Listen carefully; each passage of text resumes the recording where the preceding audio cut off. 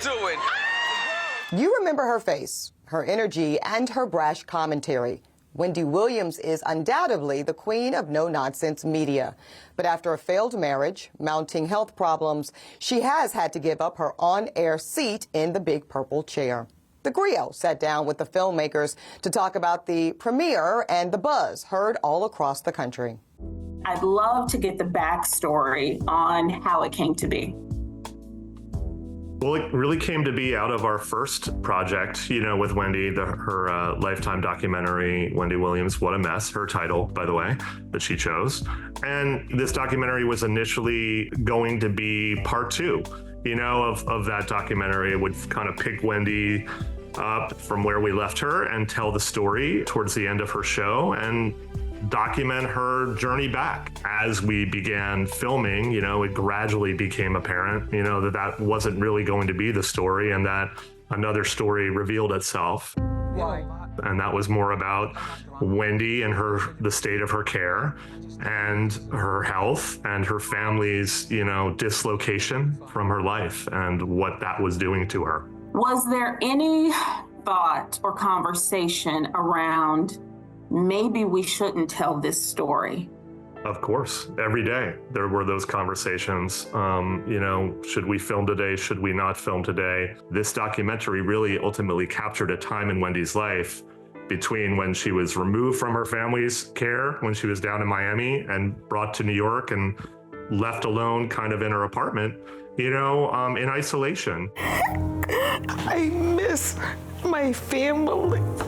On the network side of things, we wrestled with the idea of airing Where is Wendy? And that was a debate in our hallways for a long time. How much of this is Wendy? How much of this is the Wendy Williams of 5 years ago, of 10 years ago? How much of this is her telling her story? Are we ready? Well, this is all Wendy in the time period that we interacted with her, right? And Wendy today is in a slightly different place, than what she was at that time. We wrapped filming with Wendy in April of 2023. We interacted with many different Wendys.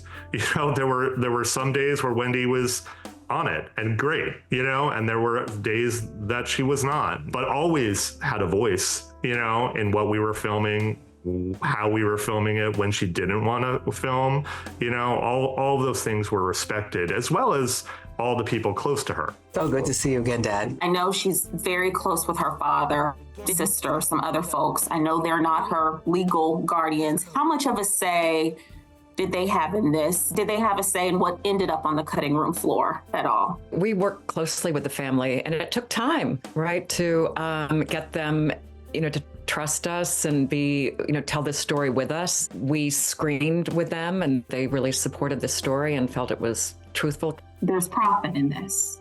Does she see money from this project?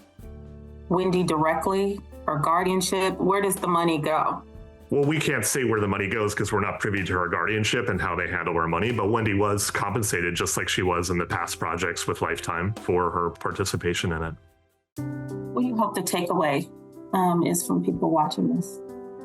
Oh, that's such a great question. I really hope, that I think thousands of Americans, thousands of people can relate to this story. What is it like to have a loved one who's struggling struggling with dementia, struggling with addiction, to give them hope, to get treatment, to be taken care of? What can happen if you do end up in a guardianship? What does that mean? What does it look like? But the most important thing for us, I think, is that this was a complex and really sensitive story to tell, and all of us cared so deeply about it. And I think there was an enormous relief that she's now, as we understand, in a safe place, getting the treatment that she needs. Wendy has an incredible platform and fan base and viewership, and people that love and care about her. But there are so many other families suffering in silence, that have been where they have a loved one put into guardianship. And it can be a very kind of shadowy and difficult process to navigate. So I understand there's a law in New York State currently under consideration